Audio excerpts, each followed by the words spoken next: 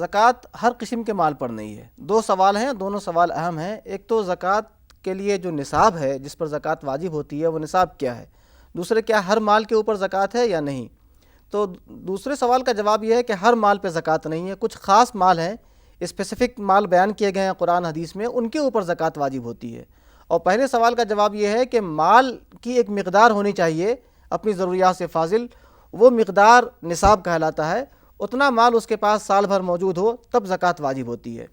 یہ نصاب الگ الگ مال کے اندر الگ الگ رکھا گیا ہے. اب میں دو تین قسم کے ان مالوں کا تذکرہ کرنا چاہوں گا جن پر زکوٰۃ ہے, اور اس کا نصاب بھی الگ الگ بتاؤں گا جو قرآن اور حدیث میں بیان کیا گیا ہے.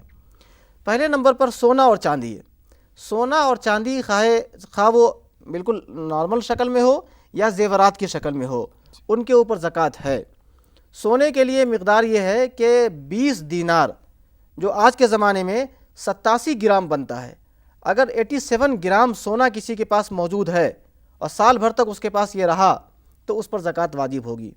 چاندی اگر کسی شخص کے پاس 200 درہم, جس کی مقدار بنتی ہے 612.35 گرام, 612 گرام اور سم تھنگ, اگر اتنی مقدار میں چاندی کسی کے پاس ہے, چاہے وہ زیور کی شکل میں ہو یا ایسے ہی ہو, اور یہ سال بھر تک اس کے پاس ہے, تو یہ نصاب ہے, اس پر زکوٰۃ واجب ہو جائے گی.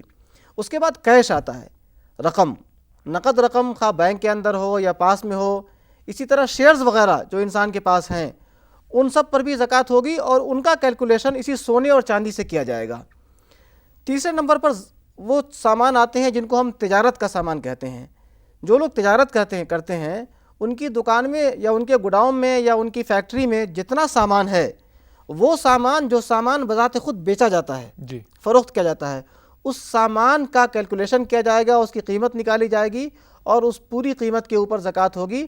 مجموعی طور پر وہ سامان کی قیمت اگر جو سونے کی مقدار بتائی گئی 87 گرام یا چاندی کی, ان کے برابر پہنچ جاتی ہے تو وہ نصاب زکوٰۃ ہو گیا, اس پر زکوٰۃ واجب ہو جائے گی. لیکن فیکٹریز اور کاروبار کرنے والے لوگوں کے لیے یہ سہولت دی گئی ہے کہ اگر ان کے یہاں ایسی مشنریز ہیں جو مشنری خود بیچی نہیں جا رہی ہے, مشینیں لگی ہوئی ہیں, مشینوں پر سامان تیار ہوتا ہے, تو مشینوں پر زکوٰۃ نہیں ہے. جو ہنرمند لوگ ہیں ان کے پاس آلات ہوتے ہیں سامان بنانے کے, ان آلات کے اوپر زکوٰۃ نہیں ہے. اسی طرح اگر کسی کے پاس گھر ہے, کرائے پر رکھا ہوا گھر ہے, تو ان گھروں کی قیمت پر زکوٰۃ نہیں ہے. تو ایسے سامان جو فکس ہوتے ہیں اور سامان خود نہیں سیل کیے جاتے ہیں, ان سامانوں کی قیمت نہیں دیکھی جائے گی, بلکہ ان سامانوں کے ذریعے جو آمدنی حاصل ہو رہی ہے, اس آمدنی پر زکوٰۃ ہوگی. لیکن ان سامانوں کے علاوہ ایسے سامان جو خود گڈس ہوتے ہیں اور سیل کیے جاتے ہیں, ان سارے سامانوں کی قیمت نکالی جائے گی اور وہ نصاب دیکھا جائے گا کہ نصاب ہوا یا نہیں.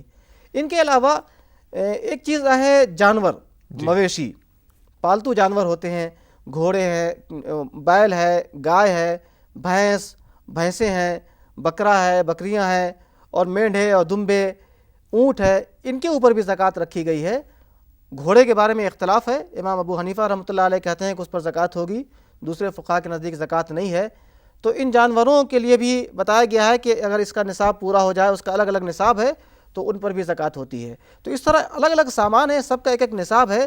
جو کامن سامان ہے ہمارے پاس عام طور پہ ہوتا ہے, تجارت کا سامان یا کیش, بینک بیلنس یا سونا چاندی, ان سب کے بارے میں موٹی سی بات یہی ہے کہ سونا 87 گرام یا چاندی 612 گرام, اس کی قیمت کے بقدر ہمارے پاس اگر ہے تو وہ نصاب ہے.